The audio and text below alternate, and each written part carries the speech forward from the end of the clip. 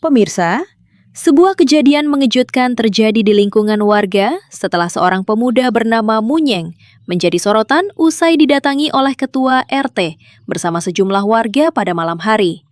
Munyeng diduga ditemukan berada di dalam kamar Yuli dalam situasi yang menimbulkan kecurigaan warga. Kejadian tersebut sontak membuat suasana lingkungan menjadi ramai hingga warga meminta penjelasan mengenai apa yang sebenarnya terjadi. Sejumlah warga menduga adanya tindakan yang tidak pantas. Namun hingga saat ini, dugaan tersebut masih dalam proses pemeriksaan dan belum dapat dipastikan kebenarannya. 괜찮아. 계속 그려오게 안아줘. 널 너무 사랑해. Permisi, permisi. Ya. Pak, ada apa ya? Saya mau memberikan surat panggilan pengadilan untuk saudara Munyeng. Hah? Ini, dia diduga terlibat dalam kejahatan yang Yuli lakukan. Mohon kerjasamanya agar dia bisa datang lusa, Pak. Saya pamit.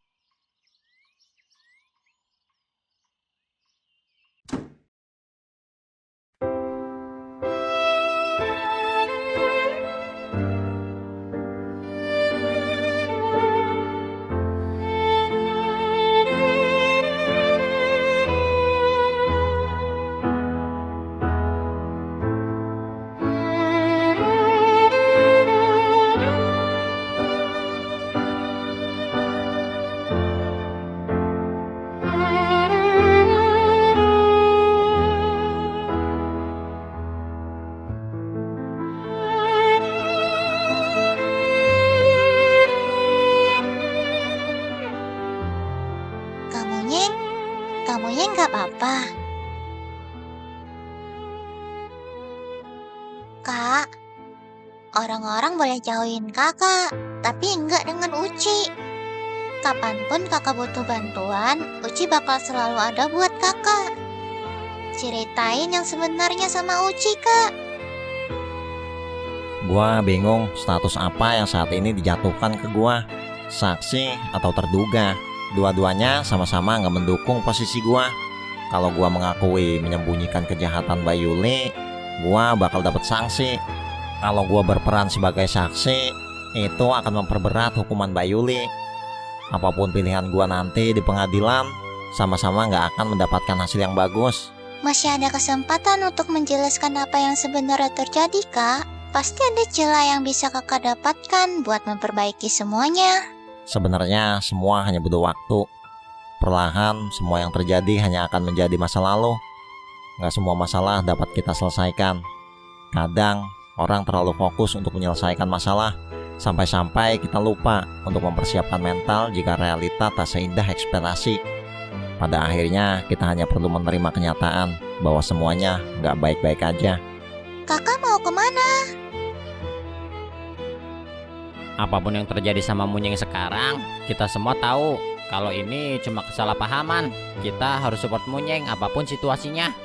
Ingat, dia tetap teman kita sampai kapanpun. Kita harus bantu Munyeng. Betul. Setuju. Enak banget ya jadi si Munyeng. Habis mantap-mantap sama Mbak Yuli masih didukung. Ah, bacot lu, Jo. Nying? Iya Pak. Maafin Bapak ya, kemarin-kemarin Bapak marah-marah sama kamu. Bapak kebawa emosi. Bapak tahu semua ini pasti ada yang gak beres. Kamu tetap semangat ya Nying. Kamu pasti bisa lalui ini. Bapak percaya sama kamu. Makasih Pak. Sekarang kamu mau kemana Nying? Mau nyari informasi dan memecahkan kasus ini? Ya udah gak apa-apa Nying, sana. Kamu pasti bisa. Iya Pak.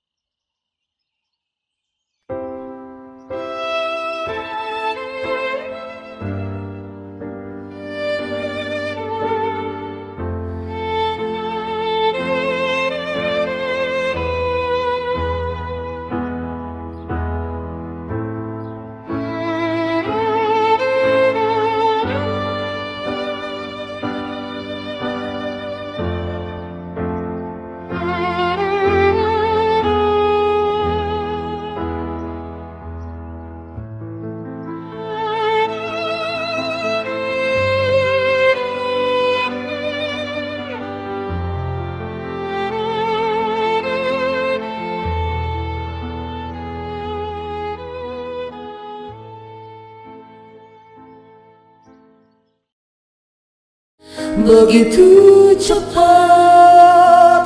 Hati ini merasa bersalah saat ku tak dapat penuhi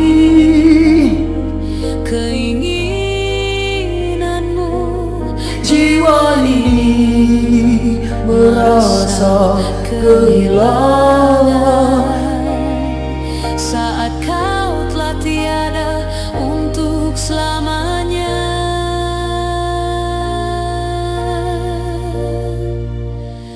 Selamat jalan, semoga kau tenang. Selamat tinggal untuk selamanya. Takkan ku lupa semua yang telah kau berikan. Percayalah Tuhan kan membalasnya.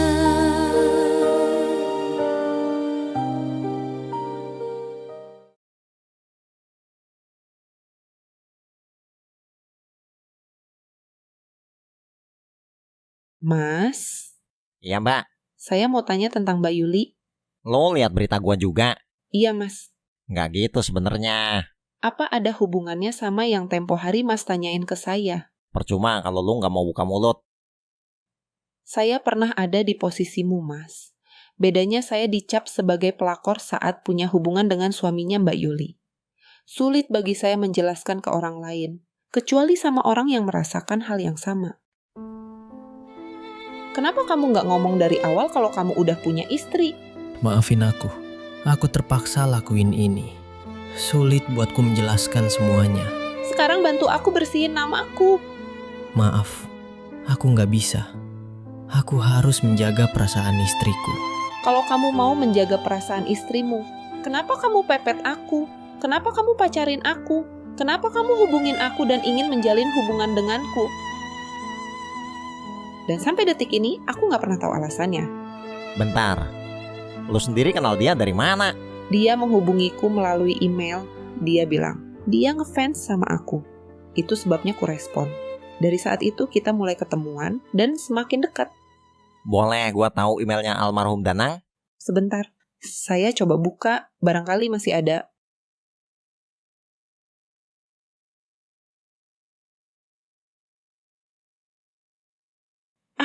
Ada nih.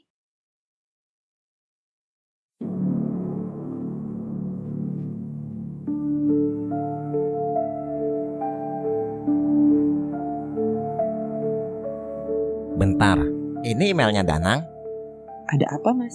Mustahil. Kalau Danang udah meninggal, harusnya email ini berhenti mengirim pesan. Ya memang iya. Kenapa emangnya? Mbak Yuli mendapatkan pesan dari email ini yang menawarkan jasa tuyul gendong. Apa mungkin arwah Danang yang mengirim pesan? Bukan, ada orang lain di balik semua ini. Orang ini menyeting semuanya. Mbak, bisa bantu saya? Tadi manggilnya gua elu, sekarang mbak saya. Maaf mbak, saya kalau lagi stres suka gitu. Sebentar. Kalau saya bantu mas, apa untungnya buat saya? Mbak bilang sampai detik ini nggak tahu apa alasan Danang deketin mbak kan? Saya akan cari alasan itu. Baiklah. Apa yang bisa saya bantu? Saya butuh detail pertemuan mbak dan hal-hal yang pernah disampaikan Danang ke mbak. Pasti ada sesuatu yang berhubungan. Oke. Tapi kita nggak bisa bicarain itu di sini mas. Saya kasih alamat rumah saya aja ya. Nanti kita bicarakan di rumah. Oke lah, mudah-mudahan kali ini nggak kegerebek. Maksudnya? Begini kira-kira mbak kronologinya saya kena gerebek. Kok bisa emailnya sama? Itu dia yang jadi misteri. Email ini menghubungi Gita yang mengaitkan hubungan Danang dengannya. Email ini juga masih aktif saat Danang sudah tak ada. Seolah orang di balik semua ini mengarahkan Danang dan Mbak Yuli. Artinya dia sudah merencanakan semua ini dari awal. Lalu apa tujuannya? Itu yang harus kita cari tahu. Siapa aja orang yang terlibat kasus ini? Itu. Foto-foto itu adalah beberapa orang yang harus kita gali informasinya. Mulai dari penagih hutang. Kita butuh alasan mendalam kenapa Mbak Yuli masih punya tanggungan. Liwon, dia sempat mengatakan soal santet yang terbukti terjadi kepada tetangganya. Mandor Bowo, dia salah satu orang yang kesal terhadap Danang karena merugikannya. Farhan. Saat ini dia belum diamankan polisi karena kasusnya belum naik. Kita butuh gali untuk memperdalam peran si dukun. Lalu ada ketua RT 9 yang sempat ngegerebek gua. Dia juga kayaknya menyimpan sesuatu yang janggal. Selain itu, kita juga harus mencari tahu masa lalu Danang dan Mbak Yuli. Juga perusahaan di mana Danang menaruh investasinya. Pasti ada sesuatu yang menyebabkan situasi ini terjadi. Dan yang terpenting, kita juga harus mengetahui siapa yang melaporkan Mbak Yuli ke polisi. Gua harus temuin orang di balik kasus ini sebelum persidangan dimulai. Berapa lama waktu yang kita punya? Persidangannya besok jam 9 pagi. Sekarang jam 8 pagi. Kita punya waktu 25 jam. Gak cukup, Kak, buat ngumpulin semua informasi ini. Gua bakal minta bantuan Budi dan yang lainnya. Itu baru bener. Ayo, waktunya kita bergerak.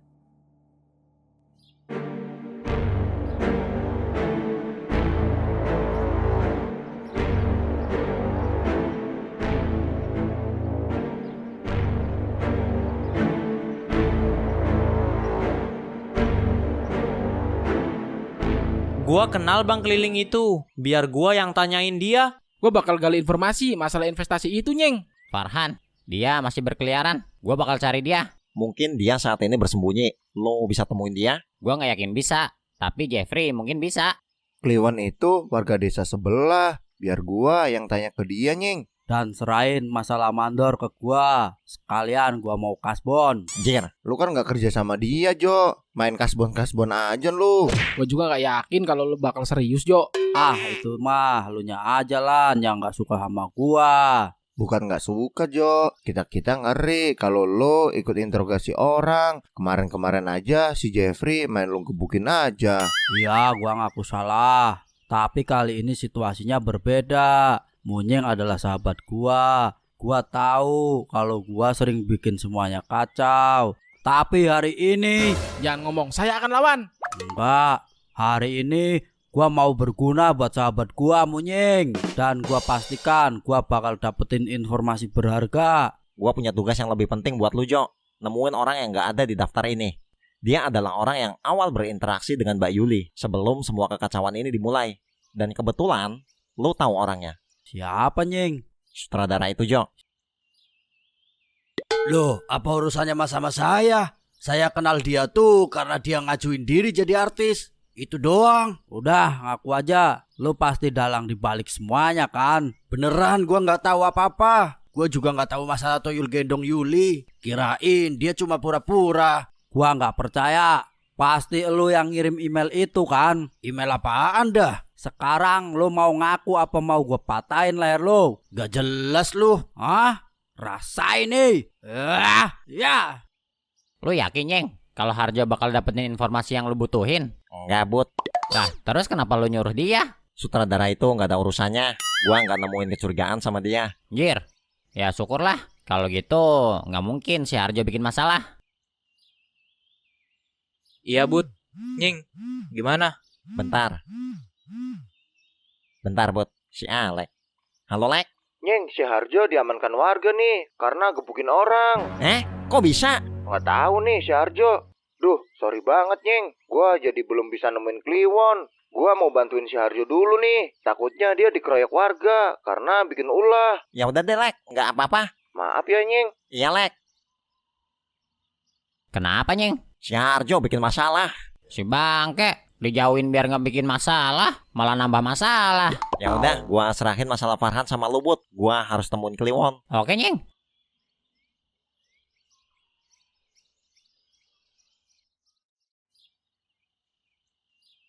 Oh, ternyata Mbak Yuli alumni SMA Cerita Warga Angkatan 2001. Jir, gue belum lahir ini. Terlalu dalam kayak ini gue nyelamnya. Tapi nggak apa-apa deh. Sekalian aja biar paham siapa Mbak Yuli ini. Sekarang gue mau nyari orang yang bisa dimintai keterangan tentang ini. Siapa ya? Gue hubungi Juminten deh.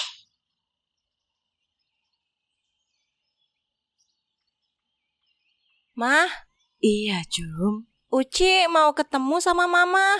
Hah?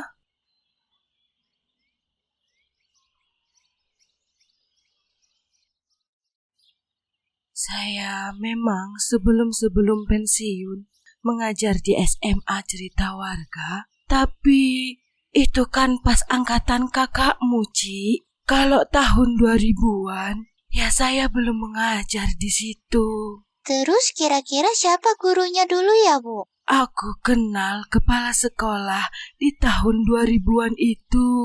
Sekarang dia sudah tua. Bangke lu, untung aja kenal lu. Ampun bang. Sekarang lu mau ngomong atau gua patahin leher lu? Iya bang, saya akan jawab. Abang mau tanya apa? Gimana bisa lu berkomunikasi sama dukun itu? Kan udah saya jawab, saya dapat email. Anjir, mana HP lu sini? Buat apa bang? Cepetan sini, gua mau lihat isi HP lu. Iya bang. Danang dulu memang rekan kerja saya. Tapi sayangnya dia melakukan kesalahan besar. Dia bawa kabur uang gajian kita-kita. Padahal kita sebagai pekerja proyek pasti sangat butuh uang itu. Saya aja kesel banget sebenarnya sama dia. Bayangin aja mas, bapak saya butuh dana buat berobat. Cuma ngandelin uang gajian saya. Malah disikat sama dia. Hampir aja tuh bapak saya lewat. Emosi banget saya tuh. Ya bukan cuma saya doang sih, banyak yang emosi sama dia. Dan bahkan ada yang mau ngebunuhnya. Ada yang mau ngebunuhnya? Siapa? Salah satu orang yang ikut kerja juga, namanya Farhan. Farhan? Iya, tapi sekarang dia udah gak ikut kerja. Orangnya kalau lagi emosi, kata-katanya tuh parah. Contohnya? Tempo hari, dia pernah bilang gini, kalau aja gak ada hukum, udah gua bunuh lu. Gitu. Dan sekarang Danang telah tiada. Iya, kalau masalah Danang bunuh diri, kita udah pada tahu. Bukan bunuh diri, dia dibunuh. Dibunuh? Bukannya polisi udah ngasih keterangan resmi kalau dia mati bunuh diri? Ada seseorang yang menciptakan situasi Danang hingga mengakhiri hidupnya. Orang ini tak mau mengotori tangannya. Dia membunuh tanpa menyentuh. Apa motifnya? Mungkin karena kesal dengan Danang ataupun Mbak Yuli. Kesal kenapa? Mungkin karena Danang bawa kabur uangnya. Atau bisa jadi karena Danang merugikan pihak tertentu. Si mandor dong. Dia kan dirugikan Danang gara-gara investasi bodong. Saya udah jelasin kemarin-kemarin. Emangnya belum cukup? Iya pak, saya paham. Tapi pasti Danang punya alasan pembelaan. Iya, dia memang bilangnya uangnya hilang. Tapi saya nggak percaya. Pasti buat selingkuhannya tuh. Selingkuhannya tuh punya mobil baru loh. Hah? Sekarang bayangin, dari mana coba dia punya mobil? Kerjaannya kan cuma pemandu lagu. Selain itu, ada alasan lain nggak pak? Gak ada. Mobil itu bukan punya saya mas. Itu mobil punya bos. Tempo hari memang saya pinjam sampai 2 minggu. Karena ada keperluan bolak-balik keluar kota. Untung aja bos baik sama saya diperbolehkan. Itu sebabnya selama 2 minggu diparkir di depan rumah saya. Nah karena saya nggak bisa nyupir, kebetulan saat itu saya lagi deket sama Danang, jadi saya minta tolong dia buat nyupirin. Ini bikin saya makin yakin kalau ada tujuan tertentu Danang deketin Mbak. Apa tuh? Firasat saya, ada sebuah perjanjian yang dilakukan Danang sama seseorang buat deketin Mbak. Tapi pasti ada motifnya dong. Itu yang belum diketahui. Oh iya, saat Mbak putus sama Danang, apa posisi Danang itu masih kerja sama Mandor Bowo? Itu di akhir-akhir sebelum dia dipecat.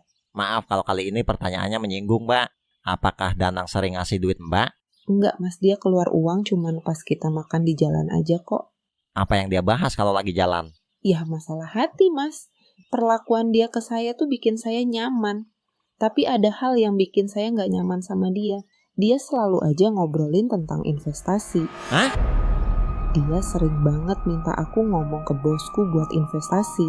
Mungkin karena dia tahu kalau aku yang paling dekat dengan si bos. Apa yang sebenarnya terjadi sama Danang? Bentar Mbak. Halo Bud. Nyeng, gua dapat plot twist gila. Apa tuh Bud? Yang nyuri uang si mandor yang dititipin ke Danang ternyata si Farhan. Hah? Kok lu bisa tahu? Email ini ngasih tahu informasi ke Farhan. Oh shit. Gue udah sampai di alamat yang lokasi nih, Nyeng. Oke Lan, Masuk aja kalau gitu. Lo temuin staffnya. Kalau bisa minta izin ketemu sama bosnya. Kalau gua nggak dapet izin, Ya minimal lo bisa dapetin foto-fotonya lah. oke deh. Gua bakal pura-pura investasi di sini. Ya udah, gua coba, Nyeng. Oke Lan, semoga berhasil. Siap, Nyeng.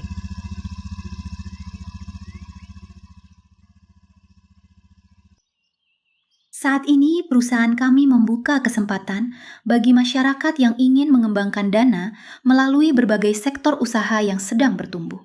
Dana yang diinvestasikan akan dikelola untuk mendukung proyek-proyek produktif yang telah melalui proses evaluasi internal perusahaan. Iya, jadi saya berminat buat investasi sih, Kak. Tapi saya mau bicara sama bosnya. Bisa nggak? Maaf Mas, masalah ini udah diserahkan ke kami sebagai stafnya. Bos hanya menyetujui proyek-proyek besar, menjalin kerjasama dengan perusahaan lain, dan menghadiri rapat penting dengan pemegang saham. Oh, gitu ya.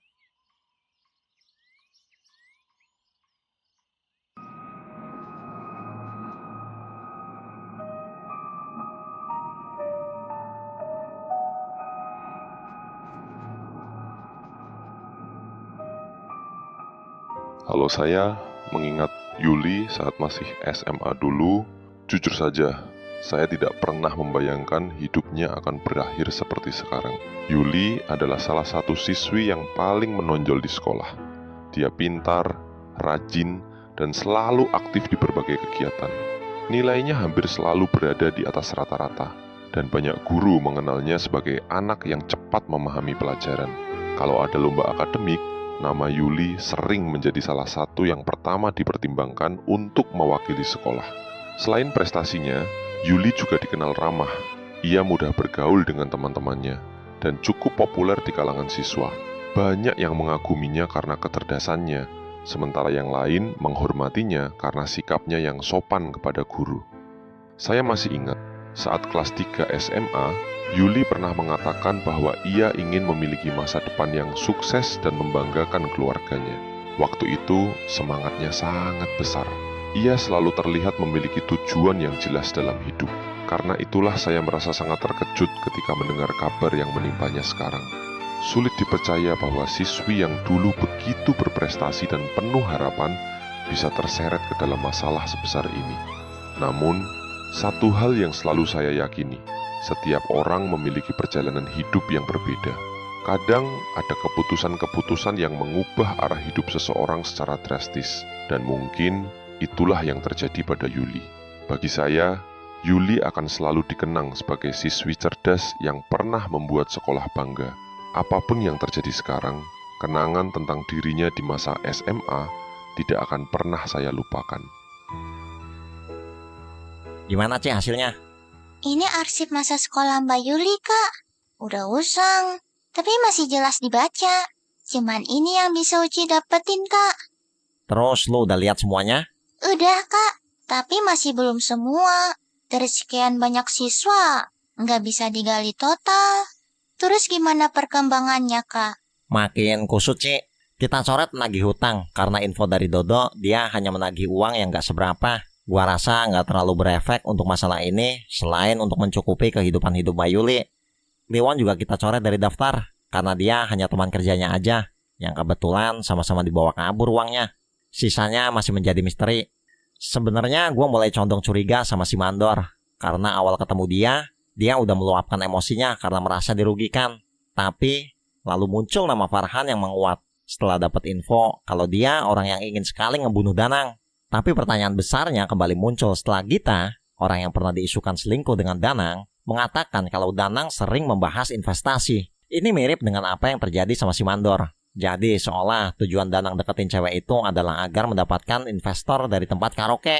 Ini yang sangat perlu digali. Sayangnya juga, hanya sedikit informasi yang Ala dapatkan dari tempat itu. Lihat, orang itu namanya Pratama. Dia bos dari founder PT investasi itu. Itu istrinya pemilik perusahaan investasi, Kak. Iya, kenapa? Bentar. Ada apa, Ci? Kalau emang benar, kita bisa dapat informasi baru. Bentar, Kak.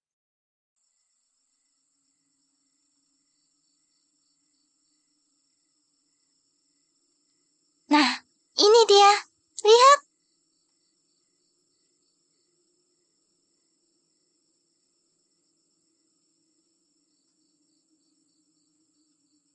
Jadi, istri dari pemilik perusahaan ini adalah teman satu kelas Mbak Yuli dulu. Benar, Kak. Kalau gitu, gua harus cari informasi tentang orang ini. Katanya kalian gak bisa nemuin bosnya. Terus gimana kamu yang dapetin informasi tentang dia? Mbak Diana, dia pasti tahu. Terus apa tugas Uci selanjutnya, Kak? Lu temuin ketua RT 9. Dia orang yang gak mungkin bisa gua temuin. Oke deh. Ya, kalau memang kakakmu gak bersalah, silakan buktikan aja di pengadilan. Gitu aja kok repot. Iya, Pak. Tapi ngomong-ngomong, dari mana Bapak tahu masalah tuyul Mbak Yul? Sebenarnya saya juga udah curiga dari lama, cuma saya masih diemin. Lama-kelamaan, banyak warga yang mulai curiga.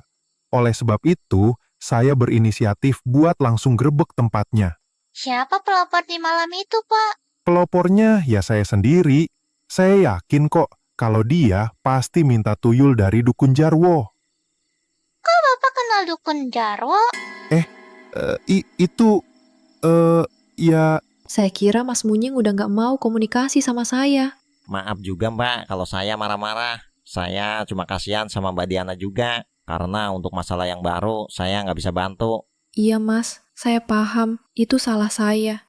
Terus gimana situasi sekarang sama Mbak Diana? Saya bingung Mas. Saya dipanggil ke pengadilan sebagai saksi. Tapi saya takut kalau saya juga bakal ketahuan ngebunuh dukun itu. Saya takut saya juga ikut di penjara. Kalau itu terjadi, gimana nasib anaknya Yuli, Mas? Di mana mayat dukun itu? Saya membuangnya ke sungai beserta pisau yang saya pakai untuk menyembunyikan barang bukti. Andai Mbak nggak gegabah, semuanya akan lebih mudah, Mbak. Saya nemuin selah kasus ini. Maksudnya gimana, Mas? Saya mencurigai beberapa orang yang kemungkinan besar adalah dalang dari kematian Danang, suami Mbak Yuli. Ada beberapa nama yang udah saya kantongi, tapi ada satu nama yang belum bisa saya ulik di sisa waktu ini. Lihat foto ini. Mbak kenal wanita itu kan? Ratna? Ya bener Mbak. Sayang sekali Mas, kita udah gak sedekat dulu. Memangnya dulu sedekat apa Mbak? Bentar, aku masih punya foto kita.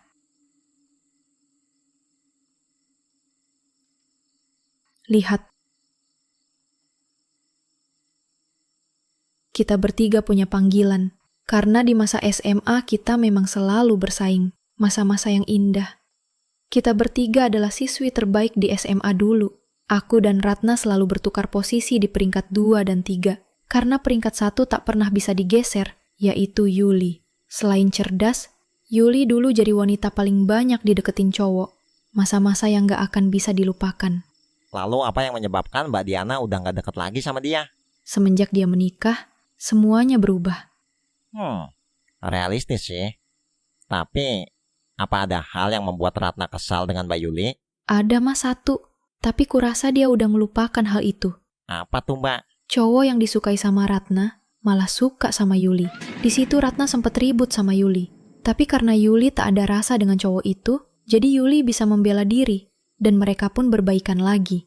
Sayangnya, di awal-awal pernikahan, cowok itu masih suka chat Yuli. Bentar-bentar, gimana maksudnya? Pratama, suami Ratna. Pria ini yang dulu ngejar-ngejar Yuli. Hah?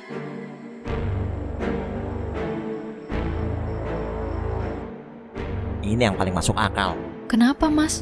Danang, saya nggak tahu gimana awalnya. Tapi Danang seolah menjadi marketing perusahaan yang Pratama miliki. Menawarkan ke orang-orang untuk berinvestasi di dalamnya. Sekarang, saya punya skenario yang paling masuk akal. Pertanyaannya, Danang hanyalah seorang pekerja buruh bangunan.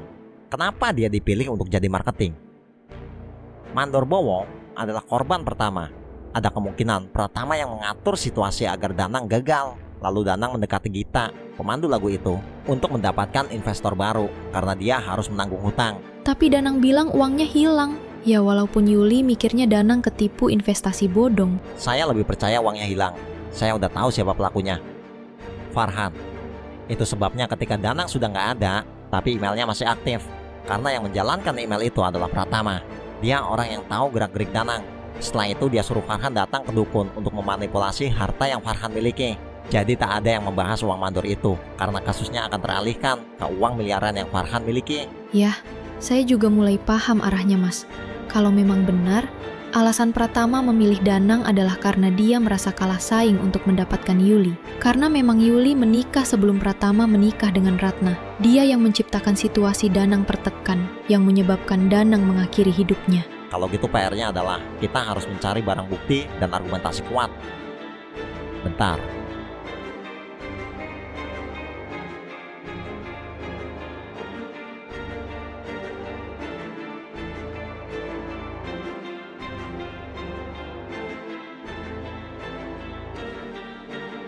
Ya, nggak salah lagi.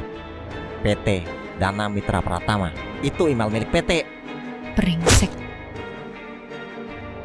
Terus gimana, Mas? Apalagi yang dibutuhkan buat memperjelas bukti? Saksi, kita butuh saksi. Saksi yang bisa menjelaskan tujuan Danang menawarkan investasi.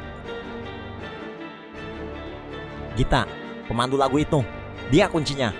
Saya harus temui dia secepatnya, Mbak. Baik, Mas.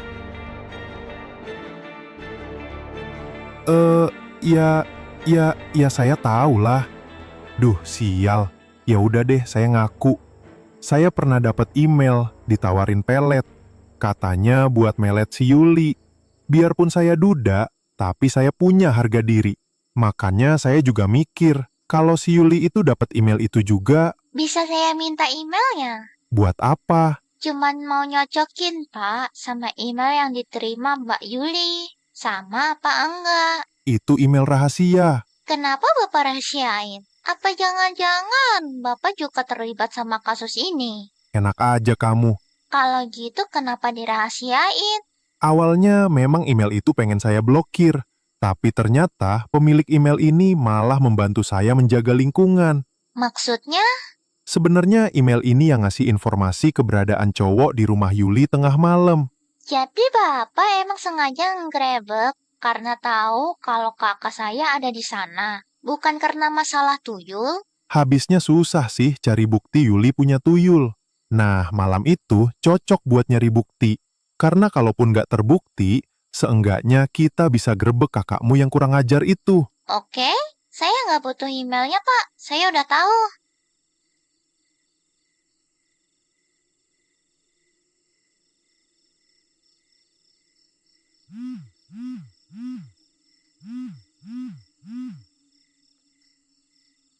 Kak, Uci dapat informasi baru. Apa tuh? Orang yang ngelaporin kakak pas kegerebek ternyata dari email itu juga, Kak.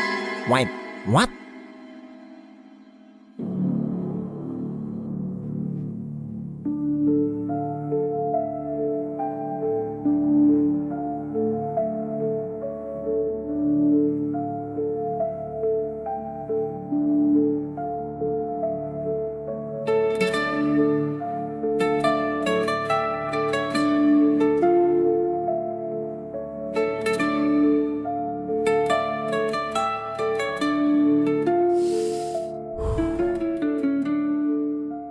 Sial, kalau emang email itu yang laporin gua juga, artinya orang ini udah mantau situasi.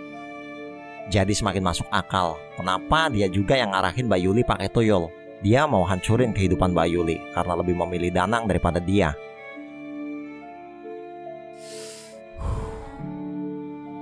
Orang ini harus datang ke persidangan. Kurang ajar, gua harus segera temuin Mbak Gita.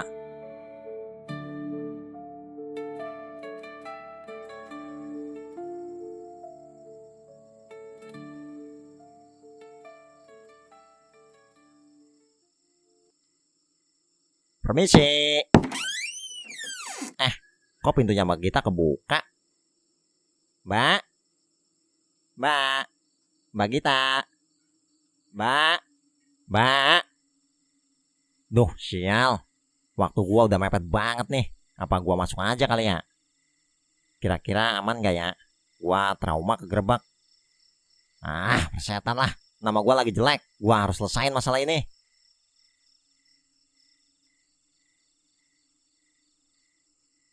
Lah, Mbak Gita? Mbak, apa yang terjadi?